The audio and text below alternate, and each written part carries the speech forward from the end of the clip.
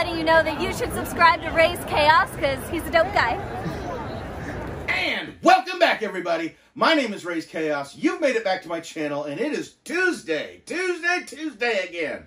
And what have I got for you? Oh yes, I've got another one. I've got another comic covers because I absolutely love these things. I swear to God, if I was getting them more frequently, that's all I would dedicate an entire day for these. Because these are what I look forward to the most. I look forward to them more than the Funko Pops. I look forward to them more than the sodas. It's my favorite product that Funko is making right now. Even though it is questionable and it does have problems. But what we're going to show you now is the Funko Pop covers number 3, Poison Ivy. Which, if that seems a little off, that's because Wonder Woman was number 3. And now Poison Ivy is number 3 as well. So, I understood when it was Marvel and DC, they each had their individual numbers. But now we've got 2 number 3s from DC. This is the Earth Day Wal-Mart exclusive Poison Ivy. I don't know if that has an effect on the numbering. I don't think so. But that seems really odd. But I've got to tell you, they've knocked it out of the park as far as these covers. The cover, of course, has Poison Ivy lounging on a tree. The pop itself has her laying down, touching. Honestly, the pop looks more like it's touching her necklace, where the pop appears to be basically tracing the outline of her, the shape of her breast. I have heard a little complaint about the skin tone that they do, which the pop appears to be a shade of green, which is cool, but the cover itself actually has a weird kind of beige, greenish tint to it, slightly, and that bothers me a little bit that there's that greenish tint. Because I remember Poison Ivy for the longest time was just, she's just a regular Caucasian woman.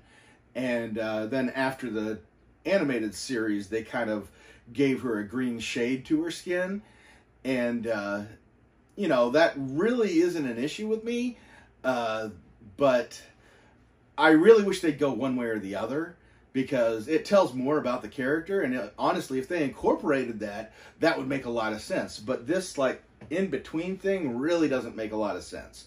Because when it's just the Caucasian, it's like, okay, this is a woman who identifies with plants and wishes she was one.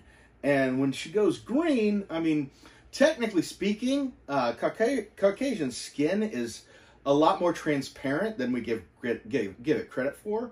Where we get our skin tone has a lot to do with our blood and the proteins in our skin. That's what gives us the hue that we have. And with hers becoming green, that implies that basically she doesn't bleed blood; she bleeds chlorophyll, and that would emphasize her transformation into a plant-like being, which even then you could start her off as a regular, botany student and slowly evolve her into that. But to me, it just seems like if what's going through her veins isn't blood anymore and it's green, I don't really think that would be a subtle shift. That would be almost an abrupt shift. And you wouldn't get like a half and half area. But that's just me going on about comics. Again, that's what I do. But yeah, it's really great, and I really wish they had put the artist's credit on here.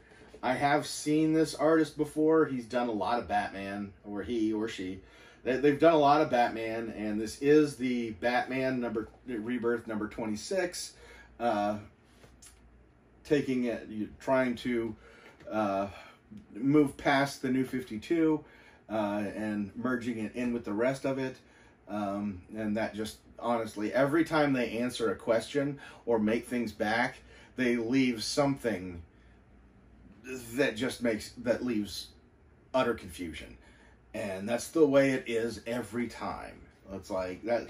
My theory with every time they make, like, say, the Batman movie more realistic, for everything that they make realistic, they create about 5 more questions as far as, well, why, if this is real, why did they do that? Why did they do that? Why did they do that? Why did they do this and not that? It's like, the more you try and make it realistic, the less realistic it becomes, if that makes any sense. But that's kind of my theory on the whole situation. But anyway, I am going to stop babbling at you about this, because, you know, you get me talking about comics and I'll be on there forever. I'm going to go ahead and give you a close-up on this one. And if you have any idea as to why this and the Wonder Woman are both number 3, please leave it in the comments below. Because I'll be honest, I just got it. I didn't really look it up to figure out why it was 3. I just kind of decided to come on here and be ignorant about the whole thing and just make sure you knew I was ignorant about the whole thing. So I'm going to go ahead and let you go, and never forget that life is full of odd moments and you never know when you're going to be defined.